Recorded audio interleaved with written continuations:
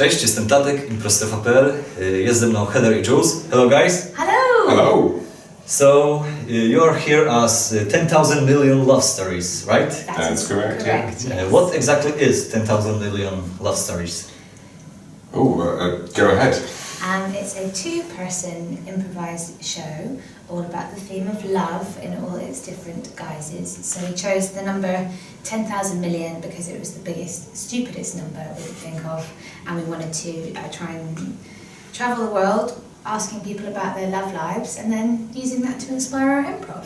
Yeah, we originally created this show for the Improvised Play Festival in Austin, Texas, because we were invited to go and perform there.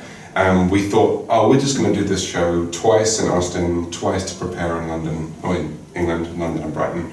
And then it was really fun, so we just continued doing it. And because obviously it's a very easy show to tour, it's two people, everybody in the world has something to say about love. Everybody has a love story, even if it's the story of no love, everybody has something in relationship to that.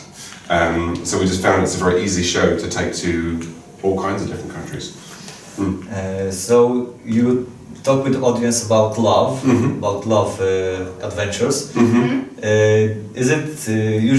Do people usually share these things, or were there any times that they were very reluctant to sharing their history? There was one time where it was difficult. We were in Pakistan doing our show, and obviously there it's arranged marriage, so the love stories are very different. Obviously there's a lot of romantic stories because of Bollywood films and things like this, but also the culture is very, very private, so we had a hard time getting people to share their love stories there. We got some, but yeah, it was very interesting. I guess it was the first time we had a very, very different culture around talking about romance.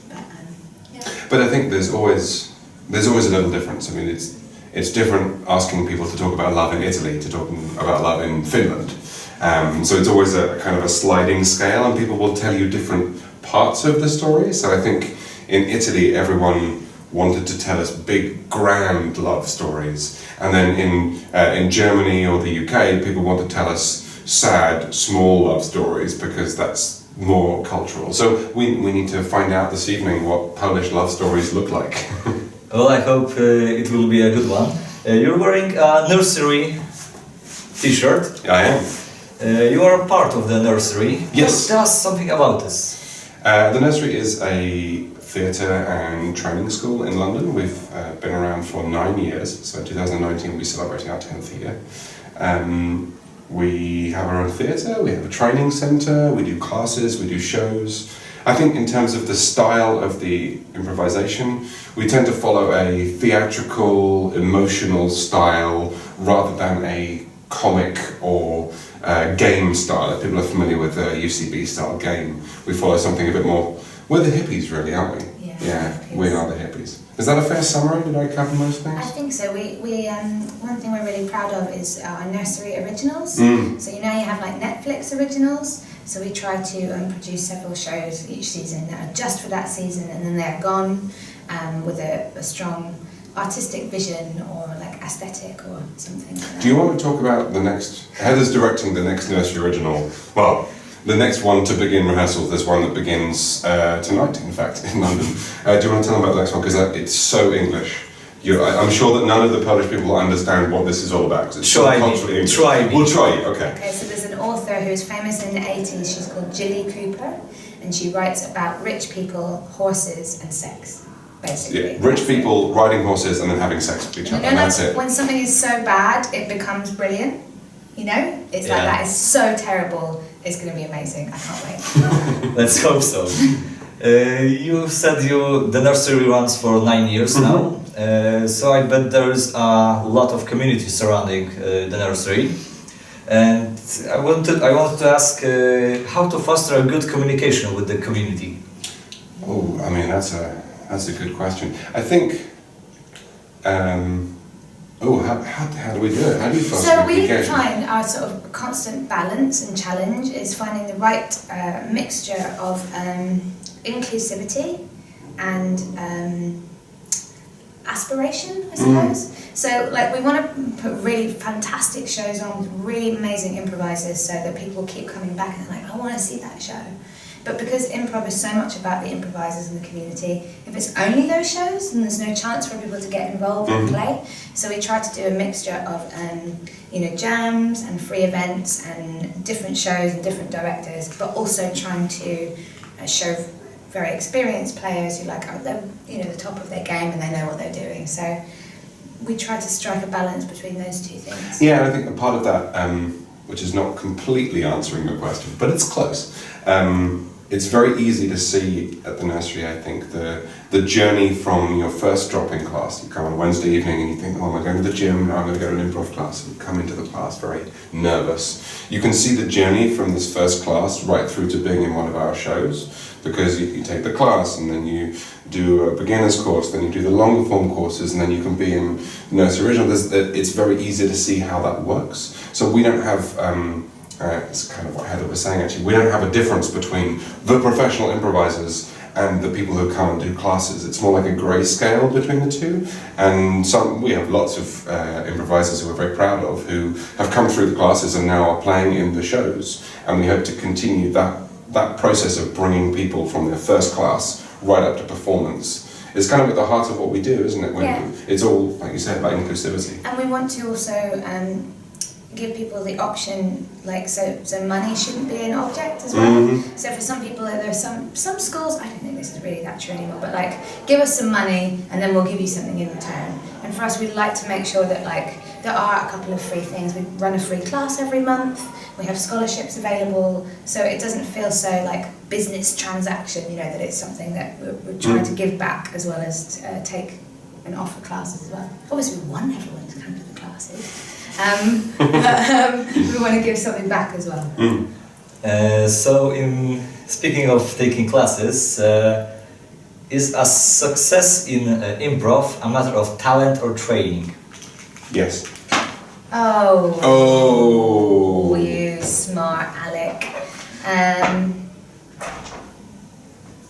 That's a good question. Okay. I thought you were going to say something. It's very easy. Talent doesn't exist. Talent is just what training looks like. If you go to class, you keep doing scenes, you keep doing shows, it's basically impossible not to become better. Yeah. The thing is that you can't choose talent, you can't talk about talent, you can't examine talent, but you can do that for training. So for my money, the question of talent is sort of irrelevant. I don't care. I don't care if someone is talented, I don't care if someone appears to be wonderful in their first class. I'm interested in work and training and joy, and the joy that makes you want to train more. Because the idea that some people are beautifully talented genius performers before they take any training I find really horrible. In the end, I'm on the side of training, with the proviso that training is fun to do. If you're in a class and you're sweating and you hate everything, then that's not a class I want to be in.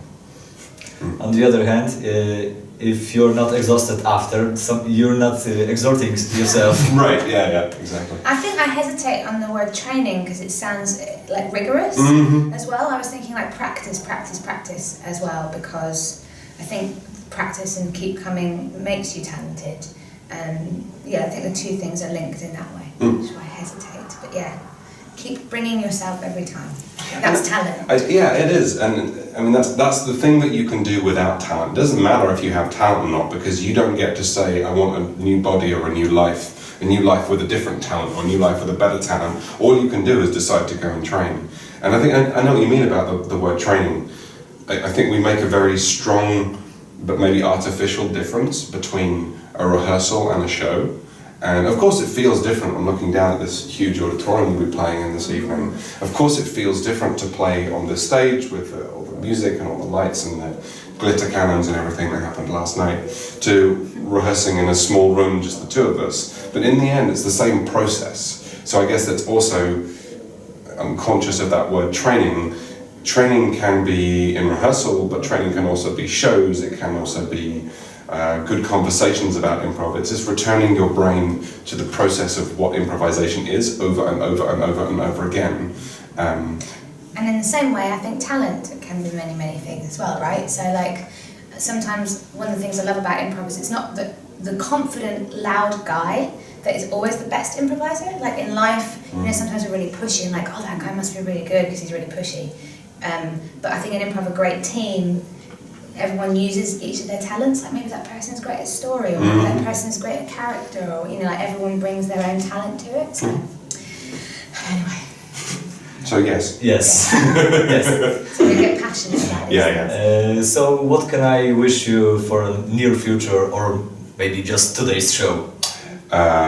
Today's show, we are always a little nervous playing in countries where this is our first time in Poland. We've been here for almost 2 days. Yeah, almost 2 days. So we're always nervous about playing for an audience where English is not the first language, because we want to play so that we can be understood. You know, if people are not understanding our show, that's our fault. That's nothing for the audience. They came to a show in Poland. They should expect to understand that show. So I always feel that pressure. Yeah, so we would like to be understood and make people care. And I'd like to be really silly. I always like to be silly. That's true. And I think there are a lot of people in the audience who took our classes today and yesterday and will take our class tomorrow. I always would like to model some of the things that we did in class so that people can say, oh, he was talking about this, that happened on the stage. That always feels good, I think. Yeah, that would be good. Can we have all those things? I think you should be able to do it. Yay! Hooray! Thank you for the interview. Thank you very much. Thank you very much, and thank you. Bye! Bye!